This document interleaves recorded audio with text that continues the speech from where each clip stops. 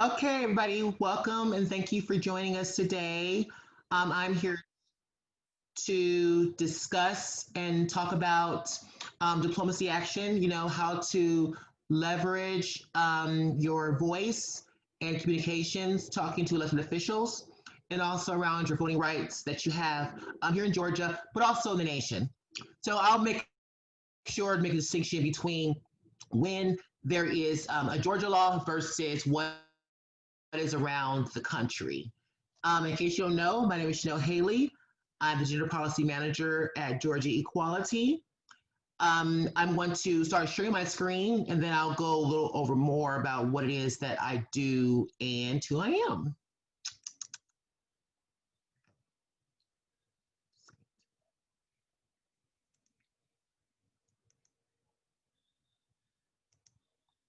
Great. And at any time through here, if you have a question, go ahead and just raise your hand and we'll go ahead and address that question now, okay? So as I said before, my name is Chanel Haley. As the Gender Policy Manager at Georgia Equality, I do a lot of work around the trans community, and I do that in different buckets that all lead up to trans equality.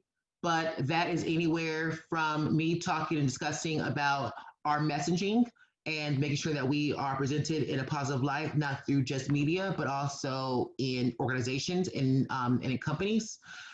I talk about transsexual violence and harm reduction, of how to have positive policies put into place to kind of combat and stop these negative policies or actions that are done. Trans resilience, that is us discussing and talking about, especially now during the time when we have an administration and is in the White House that has created or has rolled back some protections for our community. So this is to remind people that there actually are gender non-conforming individuals and transgender individuals who actually are elected to office and make policies too. And so that we actually have a say-so, not just went through our voting and through being active in our civic engagement, but also as elected officials. And I do all this by being very visible to the public. And then everything I just mentioned is part of transgender equality. So, November 3rd, election day across the nation, everybody's fired up. People are ready to see change. People have their strong opinions about what is to come and what's to be expected. And the way to get that out first here is voting. So, your vote is your voice, to make it very clear about what it is and who it is that you think should be running our country, but not just our country, what judges should be appointed, prosecutors, there's Congress and Senate seats that are up and available. That has helped to make Georgia a battleground state, because this is one of the rare years we actually have both of our senators are up for election or in this campaign. So it's extremely important to vote, and when doing that, do you know what is accessible to you? So number one is, are you registered to vote? Did you know the cutoff date for here in Georgia? The cutoff date has already taken place. If you're should be already registered. Early voting. Early voting for us is happening right now. October 12th is when it started. We have seen the long lines. That is even proven even more how motivated people are. It's rare to see these lines that are where people are waiting in line for hours, anywhere from 2 to 6 hours on being able and ready to vote is, kind of very rare when it comes to early voting. Generally, early voting, you walk in, you walk out. But that just shows you how motivated people are. Not to mention we're in a pandemic now where people was trying to avoid, waiting in long lines and being in crowded spaces. So that right there is, again, tell about how eager people are to make sure that their voice is heard through doing voting. Weekend voting. So weekend voting here in Georgia is actually today. If you wanted to vote, Saturday was our weekend voting this year today. Election day.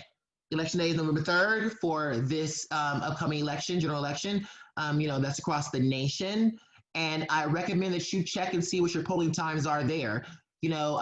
For most of Georgia, it is 7 to 7 p.m. There is one place where it's a little past that for special reasons. And then also recognizing that if you pay attention on election day, sometimes when there are problems that take place during the election or during the polling hours, that a judge will preempt and make a ruling that the polling location can stay open longer. And I will talk a little more about that because that means that your ballot will be different here in Georgia. So you also can look up and see where to vote. That's extremely important because you cannot just vote at any polling location, and you want to make sure that your voice is going to be counted. Remembering what might be on the ballot in one precinct would not be necessarily another precinct. So that's extremely important to recognize that too. I should do it this way, sorry. Let's make sure that is where you live at ID required. So here in Georgia, again, we are an ID state. IDs are required to vote. And what does ID mean? So it means it needs to be something that is state or government issued, okay? So your driver license, your state ID card, your voter ID card, because you can actually get an ID card just for voting. Any identification card you have from a state university. So that would mean if you attend Georgia State or even Kennesaw State, they have state ID. They have IDs because they're part of the university system of Georgia. Those IDs will work for voting. However, but if you're at Emory University, which is a private university, then your ID would not be accepted to be able to vote. Okay, passports are also acceptable for voting too. So make sure that you have that with you and be ready to show that when it's time for you to vote. So something I want to bring up when it comes to being a transgender person and voting is that there's a lot of anxiety for our community when it comes to voting because of the ID law that we have in Georgia. So I want people to understand and know that when you register to vote, at no time was your gender, sex, or sex assigned at birth questioned or a box to check when you register to vote. So that means that should never come into play when you are voting. And I'm going to talk a little more about that too in the next slide, but I want to ease your concerns right now and bring that to your attention to be thinking about is that when you register to vote, you didn't check a box about your sex. Do you know the issues? Hopefully you know the issues that's happening, right? Hopefully you know what is on the ballot. Is it important to you, your health care, workplace protections, Supreme Court justice appointments? Do you care more about the federal or your state? Because obviously, again, here in Georgia, every state representative and every state senator, seats are all up to. So they also are on the ballot too. And those affect you, the laws that they create affect you on day one when they get elected. So know the issues and know the candidates, know which ones are actually going to be more aligned with what you believe in. Unfortunately, when we think about voting, there is probably almost never a candidate, unless it's yourself, that is going to be aligned exactly with everything that you believe in and what you want. So it's important to think about that, to think about, well, who from what party and what candidate is it that is going to be as close to the values and the laws that you find acceptable for yourself and your community. And then importantly, you need to know, can you be turned away from voting? Can a poll worker say, sorry, you can't vote here today, or you need to leave? And the answer is a 100% no. That is nationwide federal law because of the HAVA Act, which stands for Help America Vote. No, you cannot be turned away. And what that means is that you absolutely can show up to the wrong location to vote, the wrong precinct. You absolutely can show up and forgot your ID. All these things that are required to be able to vote, right? But that does not mean that you have to be turned away or that you're allowed to be turned away. that's where they would actually issue a provisional ballot. And then there's some procedures that need to be done once you receive the provisional ballot, such as what is it that you should be thinking about and knowing when you show up to your polling precinct. So you should know your poll worker has strict state and federal guidelines that they must follow. There is a huge booklet that is given out on training that is done when it comes to voting. Myself, as someone that is a poll worker here in Georgia, I have a big fat book that is like 102 pages when it comes to voting. My training was 4 hours. So there are guidelines that we have to stick to according to federal and state laws. However, I will tell you that, as I said, we took a 4-hour training. We didn't get through half of the booklet in the training. So a lot of it is left up to those poll workers to go home and read themselves, which is where generally your problems will come out at the polling precinct, is that the poll worker just was not prepared, and maybe this is their first time there. The ones that have been there and doing it for multiple years are going to be better at handling situations. Of course, the poll manager and the two assistant managers all are required to have been poll workers multiple times before they're even allowed to have those positions. So they are going to have a better response, a quicker response, more accurate response whenever there's an issue there, okay? And also, I want to give you just a little heads up that be nice to your coworkers. I don't know how many people know this, but if the polls open at 7 a.m., that means that poll worker was there at 6 a.m. Some of them were there the day before to help set up because those machines take a long time to boot up. And so there's one that's been there for the night before to set up. Then they had to be there at 6 a.m. And then they're not allowed to leave the property until after the polls are closed and their manager has let them go. So again, if voting is from 7 a.m. to 7 p.m., that poll worker has been there at least 1 hour early and at least 1 hour after that. And they did not leave and take a lunch break and go to McDonald's. That's not allowed. They are allowed to have lunch breaks, but only within that same space that they cannot leave from. So they're just as tired and ready for it to go as you are, and to get out of there too. But voting is very important, and to protect the integrity of people's votes, that it's required that the poll worker does not leave the property in case of breaching or ballots being left or information being left out of the polling precinct before it's supposed to. So again, I already went over the poll worker.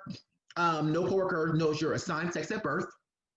It's not on the voter registration form. You didn't fill that out.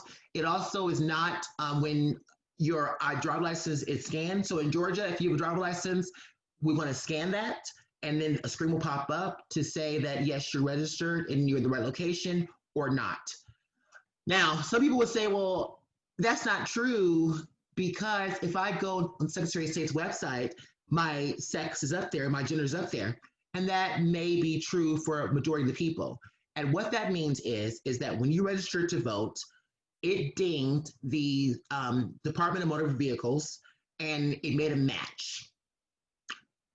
The Department of Motor Vehicles filled in that sex, not the county registrar's office, not the Secretary of State's office. Department of Motor Vehicles filled in that sex, okay? For actually a long time, because I got my license when I was older in life. At 25 or 26 is when I got my driver's license. And so mine was blank for quite a long time when it came to my gender marker on my voter registration page on Secretary of State's office. It's since been filled in, so that I had my license. But also, I want to bring up that this is another reason why some people have it easier than others. So think about, as a trans person, and you have your name changed, and again, you have anxiety around this. This is not a new formula that's been going on, right? Because there's been several people, particularly women, who have been married or divorced who don't change their name, or who do change their name. And they still don't change anything. They go in and then it pops up, you're registered, right? Because the Department of Motor Vehicles was still talking to the county elections office or the secretary's office, and it matched up. Okay. What would happen though is if you came in and your ID had a different name, say for instance your name was hyphenated now, and but it wasn't when you registered years ago, whatever, before you got married or whatever, I would just ask you to update your registration at that moment in time, but you've already been approved to go ahead and vote. Okay. So again, it's a rare situation to where your name being different than your ID and you will be denied to vote. What's most important is that your name is on the precinct poll roster for that precinct. That's what's most important. That's what stops most people when it comes to identification, is that that person's name is not on the roll for that precinct. And that's where we have a problem, okay? There are some other issues that come up around problems is if it pops up that your citizenship is not verified or proof of voter registration is not on file, okay? These two also pop up. And like I said before, a person can never be denied a ballot. So what happens is that then you are issued what's called a provisional ballot. So what does provisional ballot mean? Some people think that your ballot doesn't get counted. Well, it depends. So if you have received a provisional ballot because of the issues I just said, meaning number one, it's telling me that you're at the wrong precinct. Number two, it could be saying we don't have a voter registration for you on file. Or number three, it's telling me that your citizenship has not been verified, which by the way, the poll worker is trained not to tell you the citizenship part. They would just say something like, we're missing paperwork from you, okay? But if it's one of those three reasons, that means that your vote is not counted unless you show up by Friday, close of business, which is 5 p.m., to your county elections office and gives them the proof that they are seeking. So that means citizenship proof, that means a voter registration card that says you was registered in that precinct, or ID, whatever it is, paperwork that they said that you're missing. It is your responsibility to show back up on that Friday after the election. Elections are always on that Tuesday. By that Friday of that same week, you have to show proof in order for your vote to be counted. And to be clear, what a provisional ballot is. Provisional ballot actually is going to be just your federal elections on there, and it would not include municipal. So if there's something on the ballot, if you live in Atlanta, and there's some kind of ordinance or some referendum that is on the ballot for Atlanta, that won't be on your provisional ballot. What will be on your provisional ballot is going to be about the president, the Senate. That's what's going to be there. Sorry, that's just what a provisional ballot is. It's making sure that people can vote for the entire for the top of the ticket. And that's all I can say.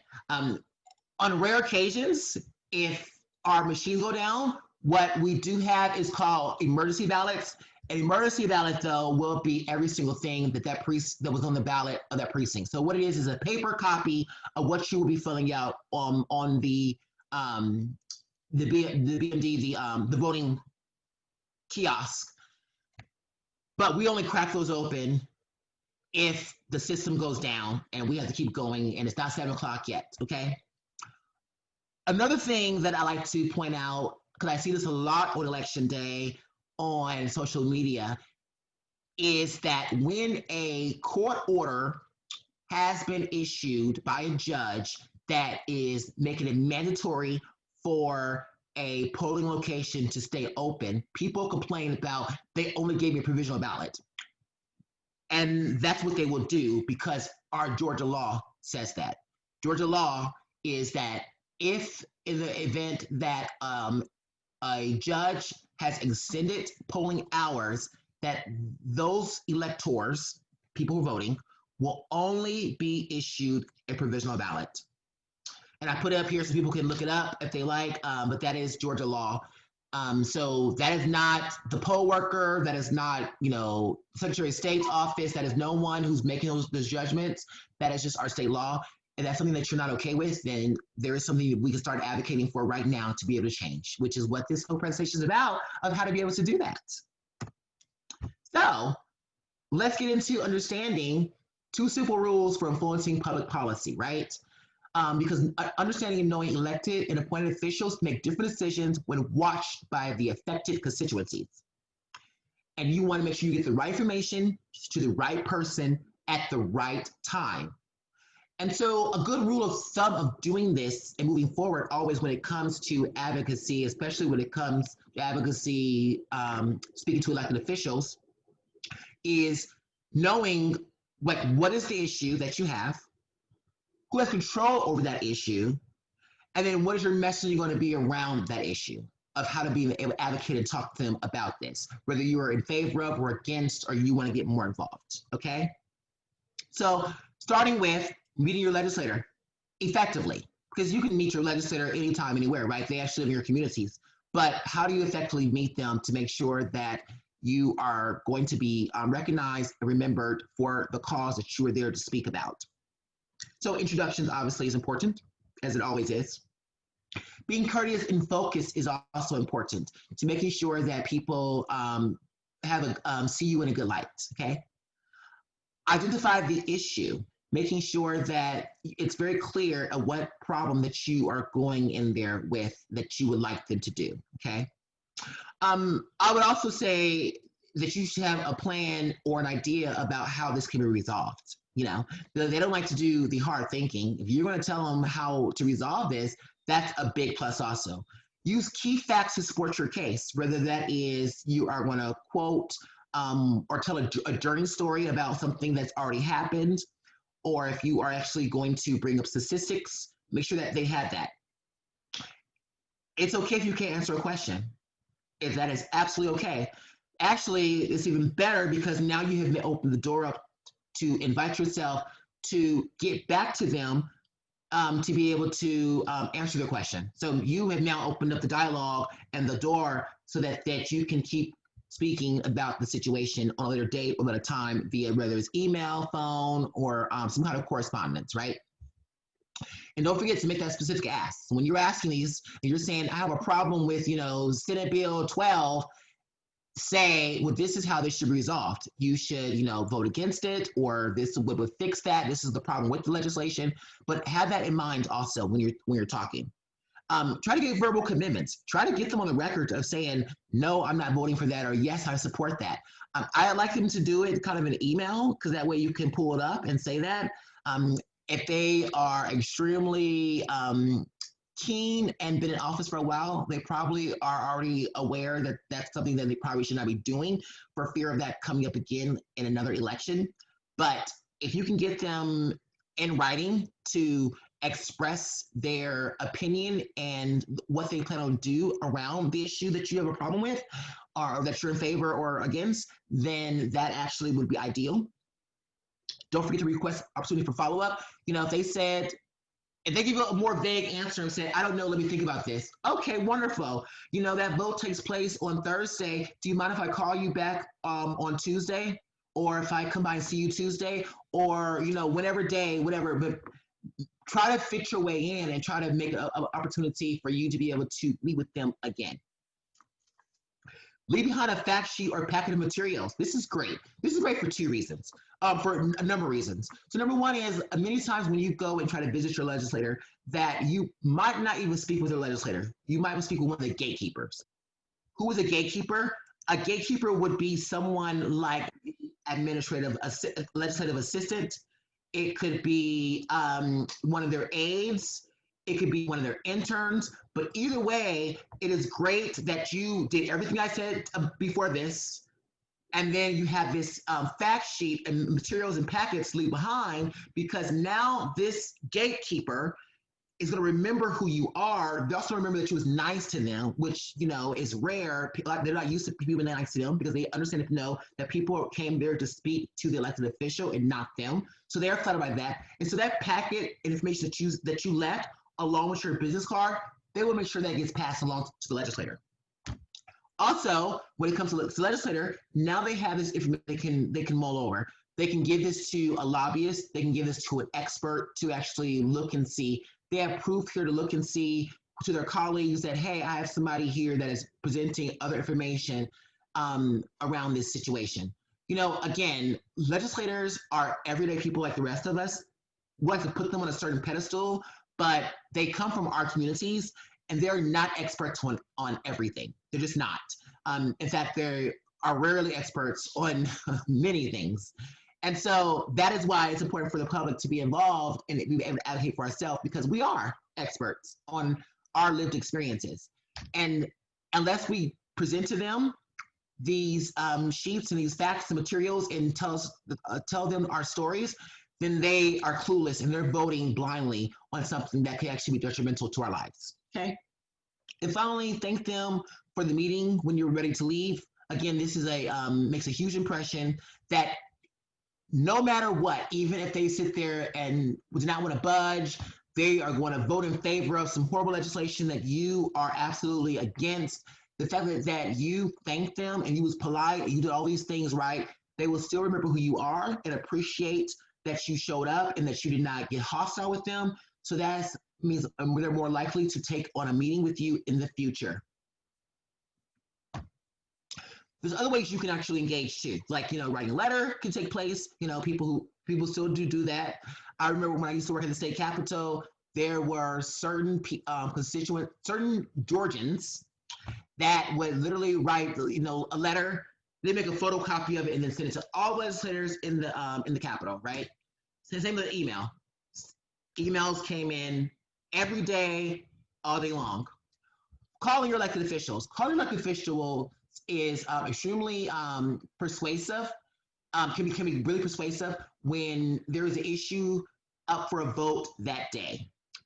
This is something that you could organize with your groups and your friends and your family members and people that you know that actually care about the issue, where y'all can coordinate a time to be able to flood the phone calls to people, to either people in that committee or either all legislators to voice their opinion.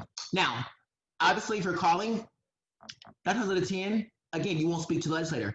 But what will happen is that if that legislative assistant or that intern will receive a bunch of phone calls about one issue, they will pass that along immediately to that legislator to let them know that, hey, you have like 40 calls that came in today about saying no on voting on this piece of legislation that I know that you're going to vote yes on.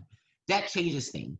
And you may think, well, if there is 100,000 people or constituents in one district and 40 have stood up and said no, there probably is only 100 people that's even active in the district that actually engage with the elected official. So you're almost at, you're at 40% of the people that this legislator actually trusts to make decisions.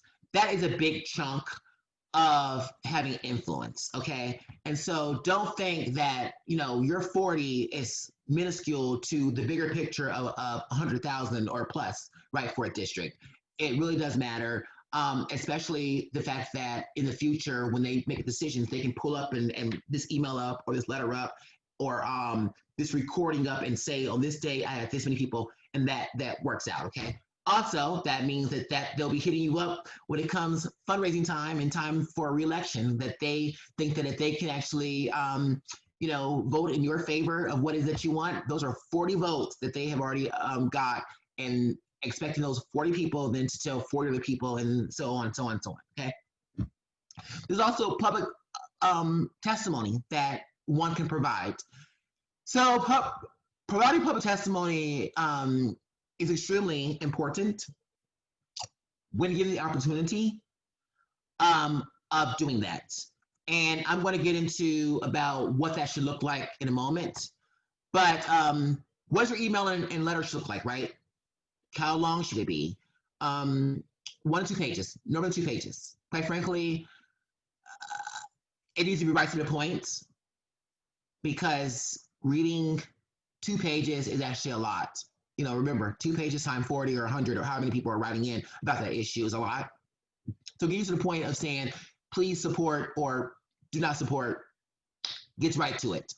I also, it's important that you're addressing your legislator correctly. So there's legislators that are reverends, that have PhDs, that are medical doctors, you know, all those are very important to include. It says that you actually respect their titles. It says that you actually know their titles. And, you know, people, when they achieve and earn these titles, they actually like people to use them. So it's important that you do that. Also, it's important that you are making a distinction and saying, you know, please state representative or state senator, because a lot of times people would say congressman or whatever, and congressman and a state representative are 2 different offices, and they need to know that you understand and know that, okay? Begin in the letter by stating why you're writing and what would you like the official to do. Again, like I said, specific asks need to be in there. Remain professional and courteous, even when expressing disappointment. So don't do any name calling or, you know, sounding angry at all within your messaging. And then this one to me is one of the most important, and it is including your address to when you identify yourself as a constituent. So you will hear advocacy groups that will advocate for something and saying everybody writes to them, right? That's fine. I'm not saying that's wrong or bad.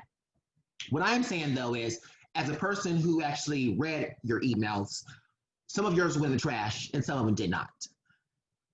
If you don't live in the district of where you could help to get this person elected, then the likelihood of me caring or them caring about your opinion is almost nil. Unless you are writing to that legislator because they're on a committee where this legislation is, then that is where they would care, okay? So it's important to distinguish that, hey, I am a constituent of this. Also, even if you're writing to a legislator that's on a committee who maybe not be, you're not a constituent of, but it still should be identifying your address and then saying who you're a constituent of, because you will be surprised of how many legislators actually have relationships and are friends with each other and will listen to each other. So if, you know, I am working for House District 56, but you're a constituent of House District 85, and you're writing to 56 because I'm on a committee, you want me to vote no on something, I'm going to recognize and see, well, they're not my constituent, they care about this issue, let me go and talk to my colleague in House District 85 and see, A, is this a constituent that they know? How are they hearing? Are they hearing more about this in their district? You know, how it affects. So they actually do talk to each other. So again, it's very important that you actually identify yourselves when you are talking to legislators around your address and your constituency. You want to call. So I already told you about calling is important. Source, making sure that you have your notes ready. Someone's going to keep you on the phone forever. They don't want to hear the long drawn out story. Calling and saying, tell legislator to vote no on Proposition 12. That's all you need to say. Okay? Very fast. You can also say, tell legislator such and such to vote no on Proposition 12 because, you know, it hurts the environment. That's a good one also. But if you're going to start telling, you know, a personal story, that at the time or the place, no one wants to hear it. And quite frankly, again, that gatekeeper, which is, again, it would be the assistant or intern, they are going to disregard that because they're bored and they're probably ticked off they listen to you talk about this all this time, right? So getting straight to the point is extremely important, and being courteous. So if you're going to provide public testimony, some things that you want to do and some things that you definitely don't want to do, okay? So follow the specific protocol for offering public testimony, right? There is protocol particularly especially depending on what level of government that you are providing this testimony for. So if you've ever been to City Hall in Atlanta, that with the time that you are able to remarks and speak is going to be very different than it is when it goes to if you're testifying at the Capitol, and then of course definitely if you're doing it in DC. Okay, there's a very different procedures. The rules are different. Who's allowed to speak is very different, and so you should know that ahead of time.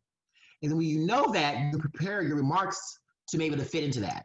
So you should know that if your speaking time is only 2 minutes at the max, make sure that your remarks are going to fit that 2 minutes, and to make sure that you are being direct about what it is that you are speaking about again, about your messaging, making sure that you understand your messaging around the issue that you are brought here today about, okay? Using your personal story and expertise can help to make your case. So if you're going in there, know that you're going in there and saying, I'm telling my story, again, in the time allotted, and this is why this affects you. Or it could be from a more professional standpoint of saying that, hey, myself as the Gender Policy Manager at Georgia Equality, I deal with, 200 trans people from across the country that said this legislation is bad. Boom, right? So I gave credibility of saying, of my title, who I work with, and this is why I want this done, and I'm doing this all within this allotted amount of time to be able to get my testimony across. Entry remarks by thanking the officials for their time. Again, it's always important that you are respectful and people remember who you are and they want to see you again. This is absolutely a possibility that if and when you are rude or you break the rules, that you can be banned or barred from being able to give public testimony. And we don't ever want to be in a situation like that. You absolutely can become effective with a smile on your face saying opposing remarks to what is being proposed. You don't want to kind of repeat arguments that have already been made. You kind of want to stand out and make sure that you are approaching it a different way. You want to you don't want to behave unprofessionally. So shouting and grandstanding, those are things that people will do in protest, and they will be remembered for it. But there is that chance that they also could then be banned from being able to speak in the future. You don't want to go over your time limits. Remember, messaging is important. You want to get your point across. And, it's nothing like I have to tell a story or I want to get something out of my chest or say this. And I'm in the midst of saying that, and then the bell goes off, or they cut the mic off, and I didn't even get to the heart of what I used to say. So I wasted all this time, and you don't want that, right? And of course, insulting someone is definitely not going to get you the attention or bring awareness to the issue or the outcome that you are looking for by insulting them. That actually moves the narrative and changes the story to something else. So think about it, if there's a reporter that is there to cover this story, now the story is no longer about the issue that you had. The story now becomes the fact that this person was angry and had a shouting match or was insulted the legislator. And so that becomes a different story, totally different in a way from what you came there to talk about. Are there any questions so far? I know I'm doing a lot of talking. I want to make sure that anyone has the opportunity, they want to jump in and ask any questions or say something.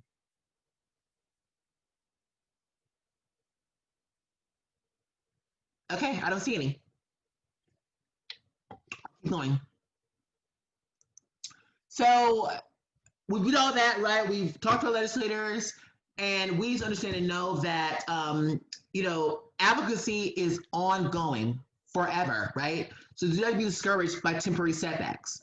What does a temporary setback look like? Does that mean that I worked all year trying to get this one bill passed that was going to help, in workplace protections, and we're here now at the end of the session, it was not called up for a vote.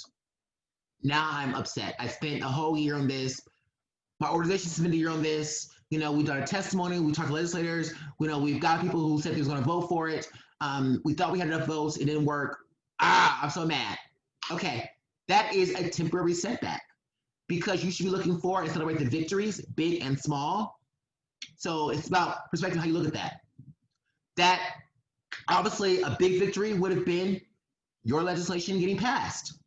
But a small victory is that she was able to have multiple conversations with elected officials about an issue you cared about, and they said they supported it.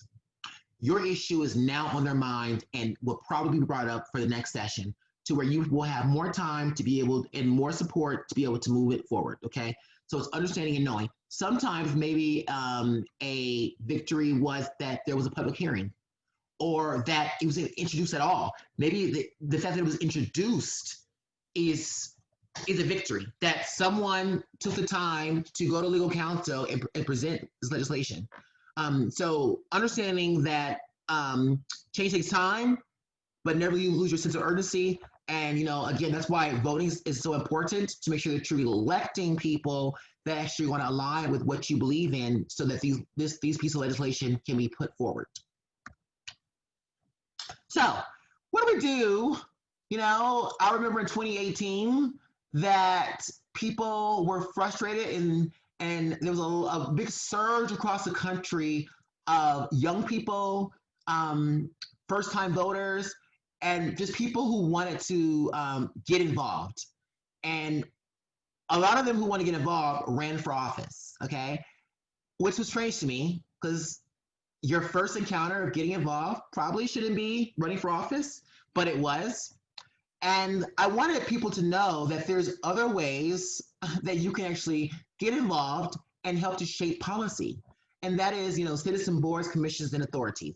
That is the opportunity of where an elected official can actually appoint you to these commissions and boards in order for you to be able to have your voice and be able to shape the policies for whatever municipality you're in. So another thing is recognizing that this can cover very broad different areas, such as, government, our schools, LGBTQ community, public safety, HIV, housing, race equity, gender equity, religion equity, and so on, so on, so on, right? I mean, any executive branch can create an ad hoc committee. So I remember before Mayor Kasim Reed left, he created a ad hoc committee around monuments in Atlanta, right? That was something, put a commission together real quick. What do I think should we do about this? Yay, nay. And then when they made a decision, disband, gone, okay? But then there's other ones that actually have more authority, that are actually part of the charter, and that where they actually get to shape the policy themselves. And moving on. Hold on. Okay. If you're going to do that, I want people to understand and know how much responsibility it takes. And so this is not something that you just, doing kind of in your spare time. This actually becomes like an unpaid job for the most part, because of most times you're not getting paid. Sometimes there's a stipend that's involved. The higher you go up, that usually ends up happening. But so no, do you have the time to do this? Do you have time commitment? Some of them is you're meeting, monthly, some quarterly, but either way, you need to know if it's within your time. Ethics training. Ethics training is going to usually always be required. Are you okay with taking ethics training? Because if you do that, then it's also going to be public record. The fact that what you say during the meetings are going to be public record. This is state law again. Also, is when you're on these, it's public record. That means any person at any time, whether they attended the meeting or not, can request what you said, what was done at that meeting, because you and your comments are now public record, including your emails that have to do with that commission or board that you're on. So that's something to think about. Are you okay with opening that up? Or if you are going to join, recognize that you should create a separate email account that you're only going to use when dealing with this commission or this board. Financial disclosures. This is one that got me, guys. I'm on this board and they weren't paying me any money, yet they want to know about all my money. They want to know how much I got paid, where my money came from. I'm like, how's it in your business? But it is their business. It is the public's business, because if you are on a commission or a board, the public wants to be sure that you are not making decisions that will affect or that you can financially profit from. So that is why there are financial disclosures, there's travel disclosures, and conflict of interest disclosures, because that happens also. And for the city of Atlanta, this is what that looks like. So this was mine when I was on a board for the city of Atlanta. This was the e-file. I went in, I had my own number. I would log in. As you see, here are the dates of me actually filing those disclosures. And then that's that. Something else people don't realize is that depending on how long your term, so for City of Atlanta, my term was for 3 years. It was a 3-year term. For the state, it was a 4-year term, right? For all those terms that I named, you're gonna file your disclosure for those number of terms you're serving plus 1. Because think about it, in my last year of serving, they want to make sure I didn't make decisions that I would be able to profit from when I left from here following next year, right? Also, ethics training will teach you and tell you that will bar you from having a job that's directly related to that board that you're on to for 1 year, okay? We've actually seen somebody recently that's been running for Congress that had that issue. That, when Quanto Hall left City Council, he then left and got a job with the City of Atlanta, which is, an ethics violation. He was a city councilman helping to create the policies and laws for the City of Atlanta, so you can't then go and work for the City of Atlanta because you helped to create the laws around your job. That is an ethics violation. The same thing happens on every level of government, has that rule.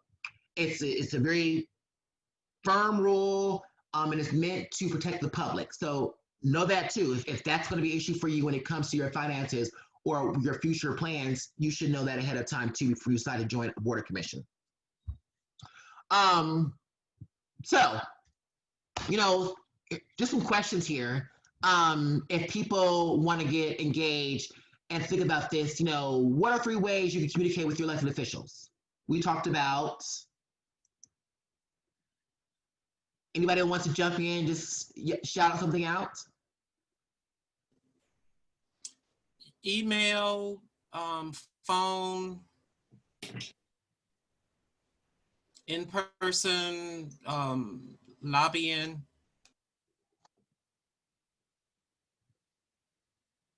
Absolutely, yes, thank you. And then, of course, one of the other ones is public testimony, as I have down here. And if you're doing public testimony, would it be appropriate to print and share your materials with other people during testimony?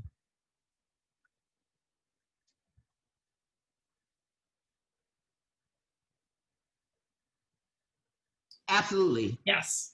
You're trying to do messaging, trying to get this across.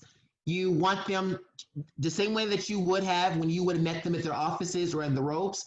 You want to make sure that you are leaving behind information so that they will see you as an expert to be able to refer back to. So if you have any graphs or charts or statistics, surveys that have been done, the data, that obviously you want to share that. And then you want to share with people that are actually just in the room with that also, who may or may not be testifying too, because they might be there to help support your position on what you're talking about, right? And so also, are there any legal obligations when serving on an advisory board? Yes. Said advisory board. So, no. All right, yes. So the answer is no, there absolutely is not, because it's an advisory board. So this is going to be very different than it is when it comes to some of the other a board of governors. But this also depends on if how one is appointed, right? And also if that board is part of the charter. So there's several boards. So Atlanta has, I don't know, about 50 different boards between boards, commissions, authorities that they have, right? But some of them are ad hoc that can go away at any moment. And then some of them are not. Some of them are required to be there, and they're required to take function. They have a function and required to report, and they're required. They have a specific function that they must do, and a specific way of how they are appointed. And because of that, there are responsibilities that they have. Now, as far as legally, no, they're not going to be sued. When you are with something, whether it's with the government, they actually have an attorney that's there to represent you all anyway. So the city of Atlanta, there's a city attorney that's appointed to every board and commission. Same thing when it comes to any state or federal. That's always going to be there. So you are kind of in the clear when it comes to being sued or legality that happens. This is more around ethics. That's the issue. And legal obligations actually will take place around ethics, and then once you leave is when that could become a problem for you. But as you're serving, it's not any problems that would arise around that, unless, again, the ethics situation of like taking money that you should not be taking from another group that has a relation to that board, or what is called meeting, secret meeting. If the majority of the board meets together and it is not a publicized meeting, that still constitutes as it being a meeting, and that's ethics violation. So it doesn't matter that if there's 7 of you on the board and you invited 3 people over, so to your house just to hang out, that is actually technically considered to be a board meeting because the majority of you are there and the public wasn't told. So that becomes an ethics violation when it comes to dealing with a government board. That is all. Everything I just said is here around this. Advisory board members not an obligation to disclose conflicts of interest. Knowing to get to know the organization, these are actually a list of recommendations of what you should be knowing and what you should be thinking about when it is thinking about joining an organization or a board. Be open-minded is one of the ones that I think is most important, because you might go in with one idea about a cause or an issue or what you want to do there, but when we talk to your fellow board members, then you can be swayed and think very differently because of the backgrounds that you all bring.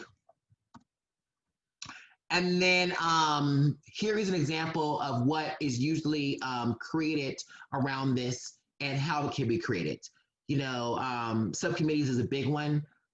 Almost all boards are able to create subcommittees that's usually at the discretion of just the chair. Only their opinion is needed around that because they're ad hoc and they can appoint whomever they want outside of that board to those.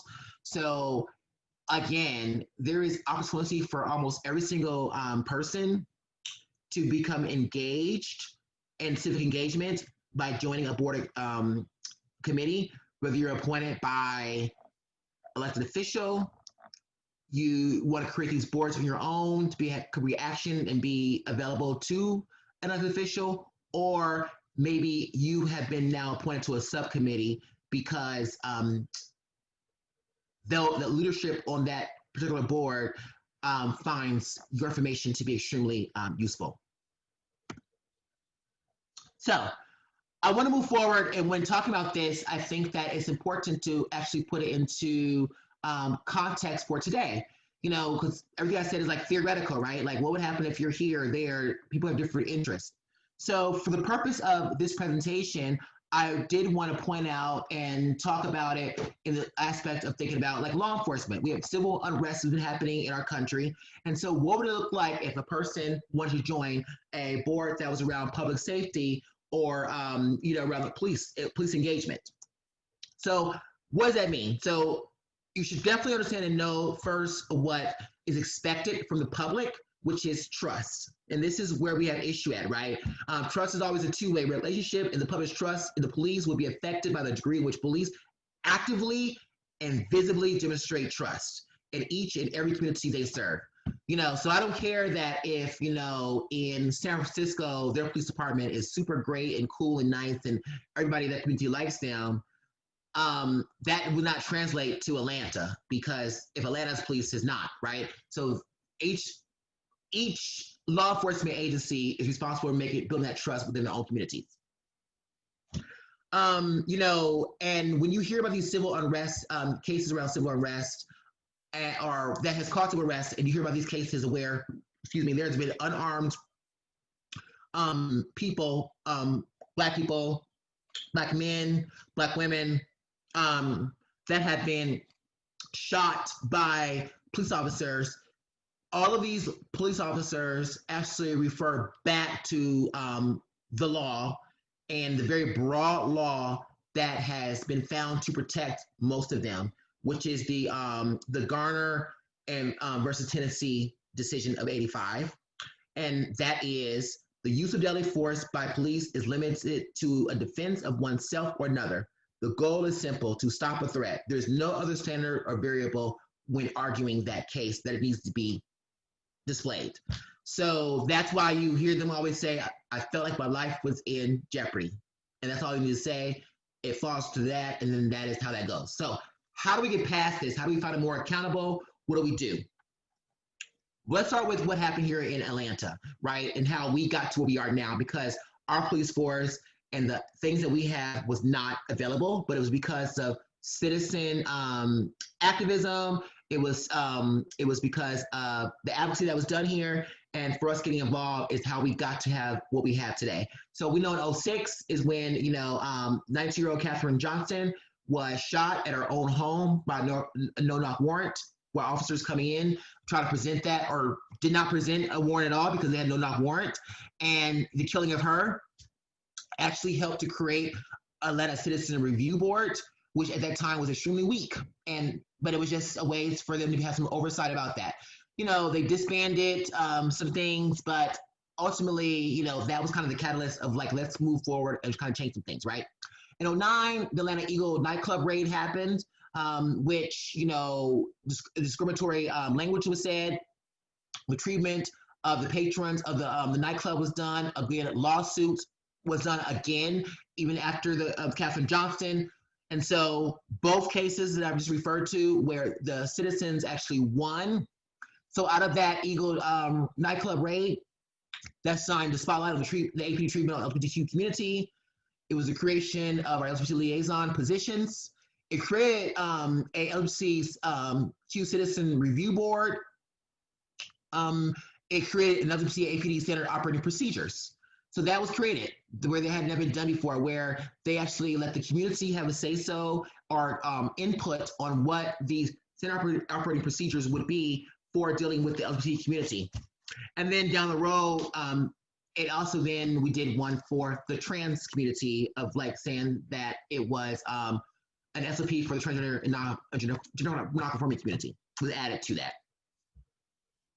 In 2013, Atlanta tries to ban and convicted sex workers from the city of Atlanta. So, if you got arrested for being a sex worker in Atlanta, you was arrested, you was given a warning, you was arrested again, then they wanted to ban you from the city of Atlanta, which is a whole other thing by itself about trying to ban someone from a city and what that means. Especially, I live in the city. This is where I live. So how do I then get banned? Like, what happens to my things? How do I move away? How do I work? This is a lot of things, family, everything like that, right?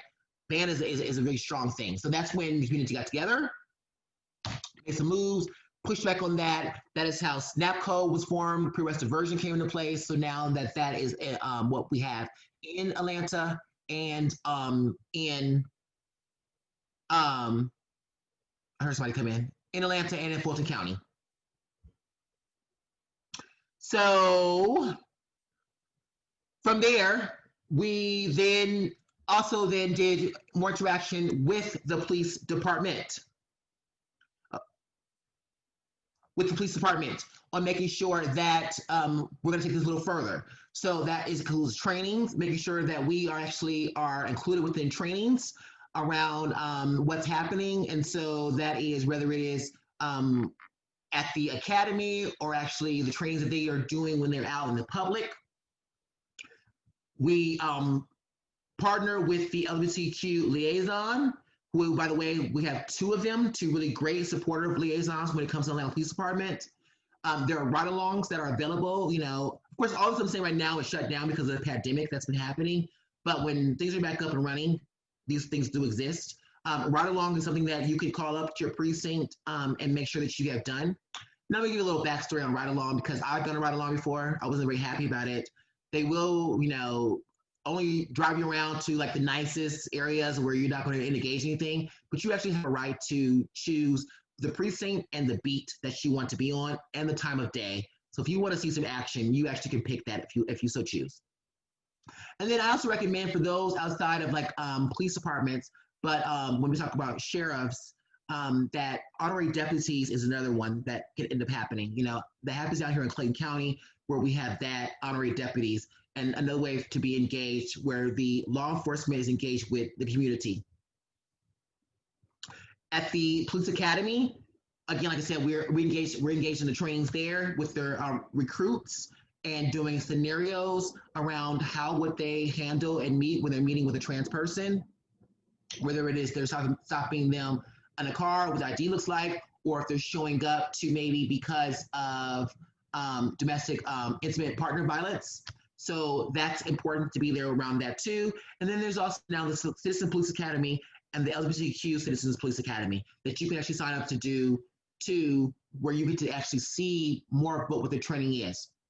And again, I know there's people who actually are against and don't like police no matter what is ever said or done. I still will always advocate that it is better that you go in and know what it is that's being taught and what the policies are, so that when you see behaviors that you do not approve of, that you would know there's a difference between the actual policy of that department or that's just a problem with that officer, because those are different. And then what's the policy that we got out of this? We got an LGBTQ interaction came out of this, where now the APD actually does interact with our community. We received a police citizen review board, and it's actually, a citizen review board, and it actually is now strong to where we subpoena and then having officers come in and to answer to. The Human Relations Commission, which is already existing from '99, but they have some involvement now also when discrimination is reported to them. We have cop watch collaborations that do get involved now when it comes to different communities around watching how cops interact and what they do, particularly when around arrests. The mayor and city council has the LGBTQ advisory board. And then out of that, policies can be introduced by any of these interactions, right? So those boards, all three of the boards I just named, there's possibility that policies can be written and introduced and given, where they can be given to the city council and the mayor to make sure that this becomes the policy for the department or for the city of Atlanta. So that's the reason why, again, why I find it very important that you get involved with your boards and commissions, because of you having the ability to be able to shape policy, and also, again, like I said, have the ear of the media. Because maybe, yeah, elected official can call a press conference when they want to, but if you're the chair of fill in the blank board, so can you. And again, before that, we did not have a LGBT affairs coordinator for the mayor's office. We didn't have an LGBT liaison for the police department. We did not have an LGBT liaison for the fire department. We didn't have an LGBT liaison for the city jail. So again, this is what it does. This is what you get when you actually are advocating and you become a citizen advocate and leveraging your experience, your voice to elected officials about what it is that you need for your community and how we can change this. Again, without even being elected to office, these were things that was done by going to having group meetings, advocating, putting commissions together, and then taking it to the actual elected officials. This is just to show that I graduated from the police academy, Citizen Police Academy. What you get, the graduation took place with a class of recruits, so I got to be part of the graduation. And then I want people to know about following the money. What happens past what we see in our dollars that we pay taxes for, okay?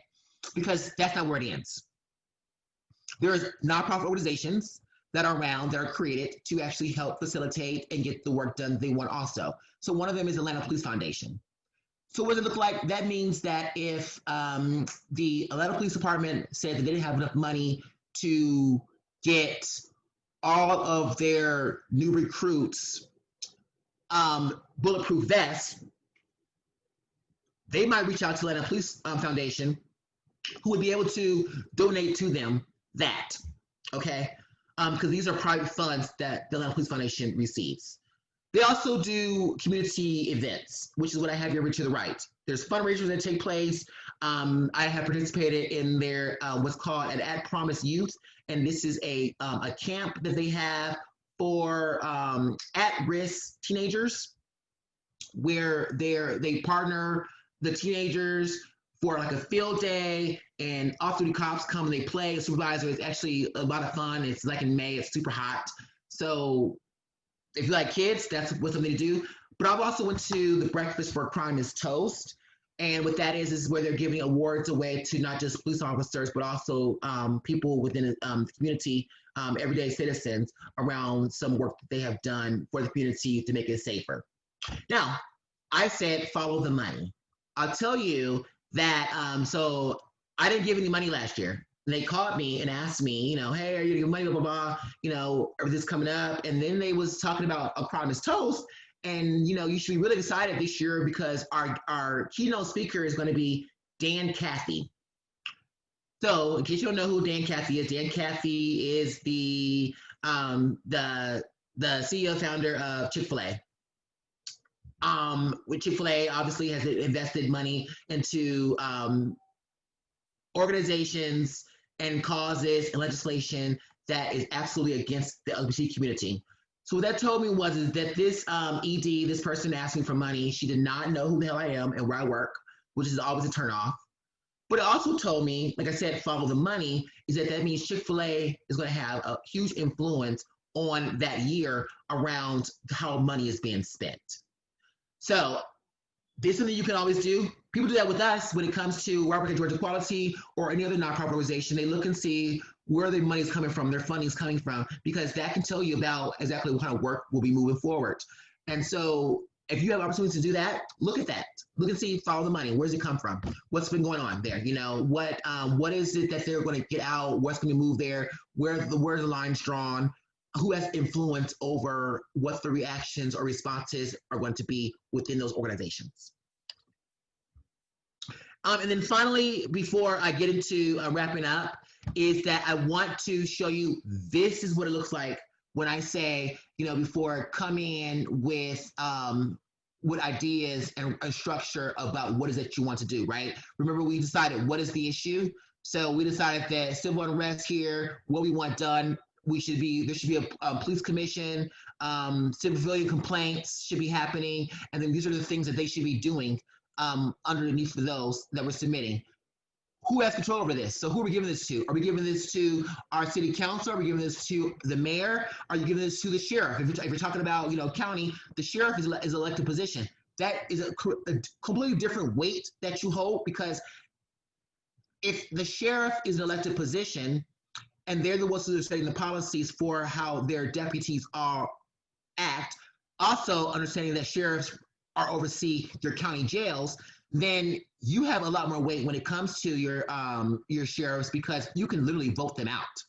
They don't want to fall in line with what policies that you think are best for your community, then you can actually vote them out, period, and get somebody in there that you do think aligns with your policies, okay?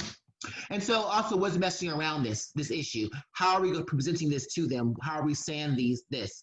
And so, again, this is a sample of what that looks like when you are presenting to them. And understanding and knowing that, this is pretty long. Going with some realistic expectations and saying that, hey, maybe they're not going to actually, do 4, 5, and 6, but we definitely need them to do number 2. That's a deal breaker if they can't do number 2. So be realistic about your expectations and go in there with strong support and a block around what can be done. And again, so this can be done as an individual, this can be done as a group, but most importantly, this can be done if you are part of a civilian commission, board, or authority, to where you have a lot more weight around saying that this is what we decide is important here. This is how you move forward doing this. And if that governing body our governing elected official still decides that they're going to ignore you, remember, because you're on this commission and board, that's where I would take it to the media and saying, hey, look, we've done our job. We're presenting of what we think should move forward in order for change to happen. And they're not interested in this. And so at that point, you have now put the ball in their back of their court, and the public opinion will start chiming in. And so you'll see another ball rolling around phone calls and letters and people popping up. So I cannot emphasize enough about how much importance and power really can be on being on a board and commission that people don't think about, that even at sometimes being an elected official you don't have, because elected officials are kind of rehearsed, right? There's certain things you can't say or do, or places you can't go, right? They can't really be themselves like they would be at home. But when you're on a board or commission, you absolutely can. I'm just one of the people. I'm have this meeting. I can still go to a nightclub at night if I want to, still have a drink if I want to, and no one's judging me for that because I wasn't elected to anything. I was appointed here to represent the constituency of what I represent, me as a person. So whether that's me being Black, trans, woman, living here in this area, but whatever it may be, I'm representing just that. The person next to me is representing what they're representing. I'll give my opinion on that. This is how my idea is to go forward, and that's it. I'm going home and being back to myself, my full self of what I have. And so your power is extremely strong. And so, as wrapping up, I like to bring in some, some supporting evidence for myself. I have talked here for almost an hour and a half now. We're at 6:45, right? We started at 5:30, and people are probably saying or thinking, "How does she know what she's talking about? Does she know what she's talking about?" Or prove it. Because I know I do this when I'm sitting in, I'm hearing somebody give a lecture, talk about something. I'm like, "Girl, I don't know you." Or, prove that you actually know what's going on. So here is that proof. So here are my government appointments that I've had, and some outcomes around that. So it started off with the sleep, with the shelter LGBTQI equity education project in 2015. So from that, our committee got to put together and create what is over here to the right, a guideline book for rules and procedures when having LGBT people in emergency housing shelters, around the rules and policies for that. So federal and also city ordinance.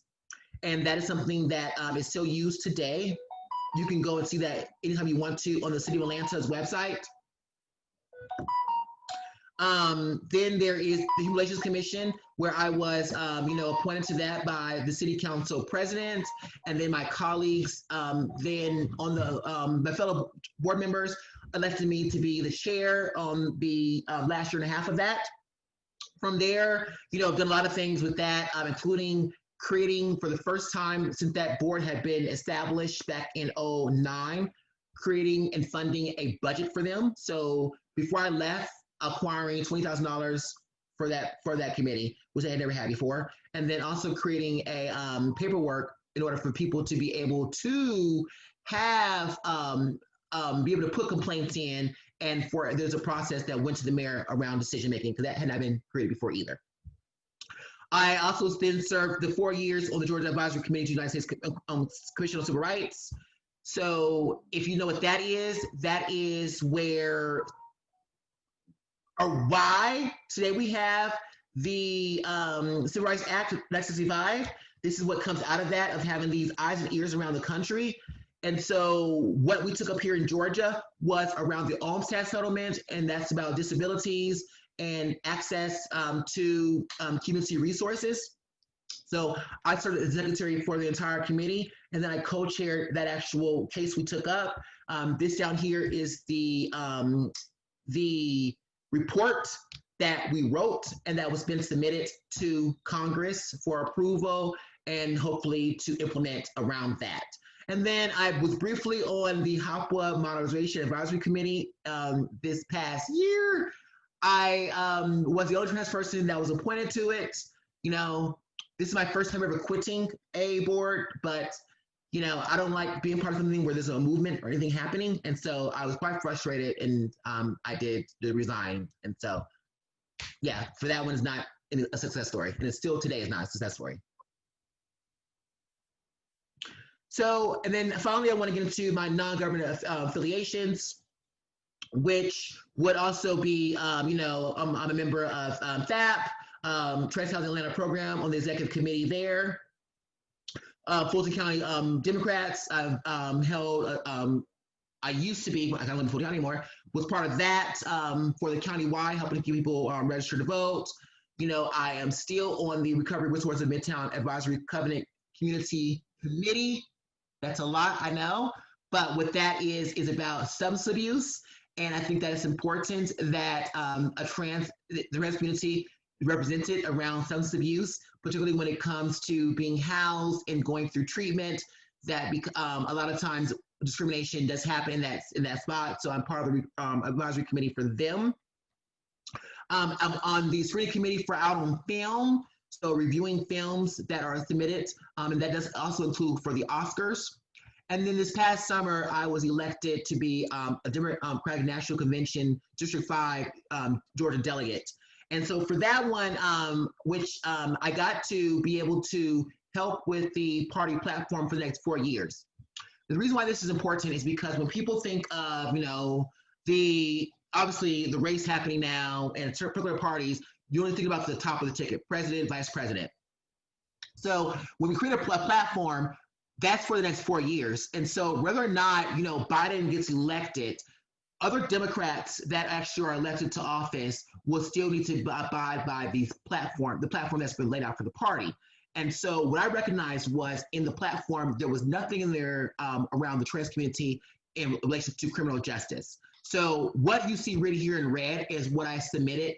This is after a few rough drafts and negotiations, but going in there and making sure that there is some representation and some trainings that need to be done in relation to the criminal justice system about the trans community. We definitely are in the court systems, whether we're getting name change or going to jail, whether it's on city, county, state level, we're unfortunately part of the criminal justice system. And so having fair and equitable treatment is actually important. And so I want to make sure that was part of that. So when we're going to the ballot box and we're actually voting, and so you may not be happy with who's at the top of the ticket when it comes to the presidential nominees, but also remember that you're also voting for your district attorneys. You also are voting for your sheriffs. These are people that if they are Democrats, then that they actually are supposed to be following this platform that has been put forth for the next 4 years. And so that's, again, why it's important to make sure that you are hearing about your local elections also and the people that are across the entire ballot, because they actually will affect you on day one. And this is available. You can find this. The platform is actually available online if you want to read it. You just, can type in 2020 Democratic Party platform. And what I have put in there for the criminal justice amendment that was approved, and that's in there, is on page 36. So also, I am out of talking, finally. If anyone have any questions, they can obviously email me, and that is literally the fastest way for me to ever respond to you. That is my office number that is up there. I have not and will not be in the office for the rest of the year because of the pandemic. I won't be going back to the office till after January 18th. But if you email me, I usually will respond pretty quickly, so certainly on the same day. But email is I'm usually pretty fast with that. If I'm always here in front of my computer, checking back and forth all night long. But if there's any questions anybody has, I'm so open to answering questions right now. Chanel, I don't have a question, but I do just want to say how much I appreciate this really expansive look at how to influence policy and public life, because, it's one thing to think about voting and even lobbying a legislator, which are both really, really important, but there's all this other stuff with commissions, advisory boards, nonprofit boards that I think I just really appreciate how much breadth and depth you've provided. Because I don't always think about those things as important ways that public policy gets made and fleshed out, but it clearly is. So thank you. Thank you. Thank you very much for saying that. I really hope people take heed to that and realize that you really can get engaged. Some notes or some tips I have around this is that make yourself available. So that means that if you're showing up to public hearings, you're showing up to when they're having sessions, whether it's at the Capitol, wherever level of government that you're interested in, your city council meetings, your board of commissioner meetings, and so being in their face. And then when there's an issue that you really care about, making it known that you care about that issue, because when these seats can become available, they will remember who you are and look to you as the expert. Because remember, I don't care what any elected official says, they're not an expert on everything, right? So like HIV is a big one. If that legislator is not living with HIV, they don't have a spouse or a child that's HIV, but yet they're the ones making decisions about money around HIV, clearly, which is why we have the Ryan-White policy, and why the Ryan-White policy requires that people with HIV are part of those committees. That's how it really should be across the board. When it comes to reproductive justice, when it comes to women's rights, when it comes to housing, we really need to have a more diverse group of people part of these these commissions and boards that actually have these lived experiences that these legislators just don't have. If a person has only lived in $1 million home, what do they know about, emergency housing or what's needed? They don't know about that and what it takes and what, not only how much does it take to fund such a thing, but to keep it going and how to transition people out of it and where it should be at and the rules around that. There's so many things intricate about, what we need for our everyday life and for our lived experience that we can bring that we think we can't because we put elected officials on these pedestals, and they truly, I promise you, I have hung out with a lot of them inside the Capitol where they are doing some very unpolitician-like things, okay? So they are definitely just like us, okay? Where you could approach them and say, whatever you like, try to be respectful again so they remember you, but they definitely use your voice and your opinion to help move policy legislation to better our nation. And with that, I am out, and with 3 minutes to spare. And thank you, everybody, for listening. And again, thank you so much for being part of this. Thank you so much.